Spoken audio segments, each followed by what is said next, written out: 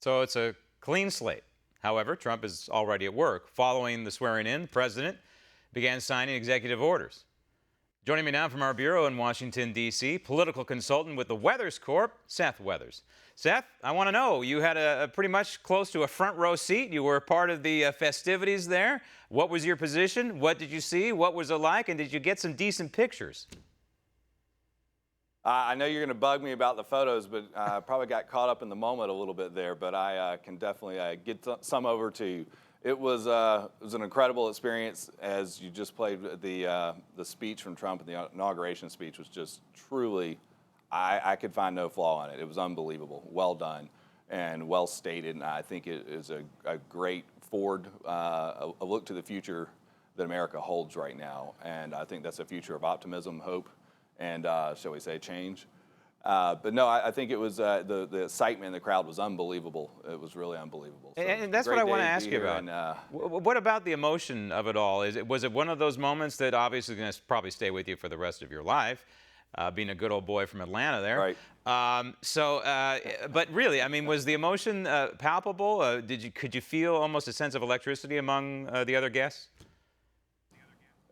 That would not begin to describe it. Yes, people were absolutely ecstatic, and seeing the people from every walk of life there, that was absolutely just, you know, in amazement of the situation and awe and excited and everything. It was pretty amazing, and like I said, the people there were just, I mean, the streets were just filled with people that are just absolutely inspired and thrilled about what's happening in America right now. Dignitaries, did you see a few? I caught former Senator Bob Dole, just on television, of course. I wasn't there.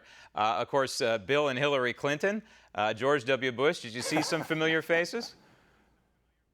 Yeah, there's a lot of familiar faces here, a lot of great people, everybody from, like you said, dignitaries to Dog the Bounty Hunter and his wife out there celebrating it. So there was a wide range of individuals there. The tenor of the speech, the theme of the speech, really was not about Donald Trump, not about me, I, which is frankly what we've been hearing for the last 8 years. Yep. He tried to make it about the people, and that this was their inaugural, in a sense. You agree? Absolutely. That's what struck me by it so much. You go back and watch Obama's inauguration speech in 2008 and compare it to what you just saw here with Trump, and the difference is truly striking. And if you know, as Trump stated, this is a peaceful transfer of power, but it's not a transfer of power from one leader to another. It's a transfer of power from Washington, D.C. back to you, the people. And when he said that, the crowd it was electric.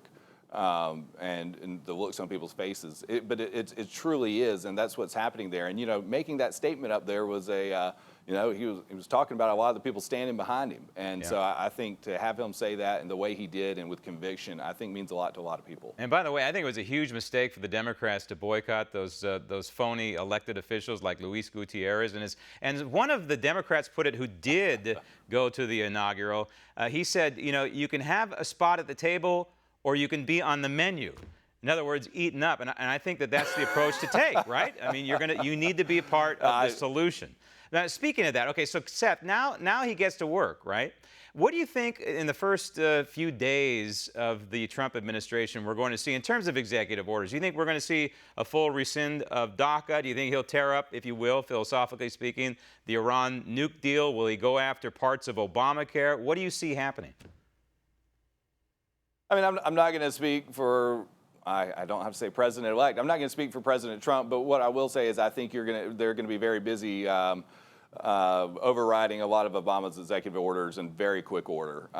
As to the Iran deal, you know, that one it's a bit more complicated to some degree, so I don't know. I think, you know, he's going to rely a lot on his military and intelligence individuals on that. So, but I do think we'll see something regarding that one way or the other in the relatively near future. But I think, you know, they're going to be busy rolling back Obama's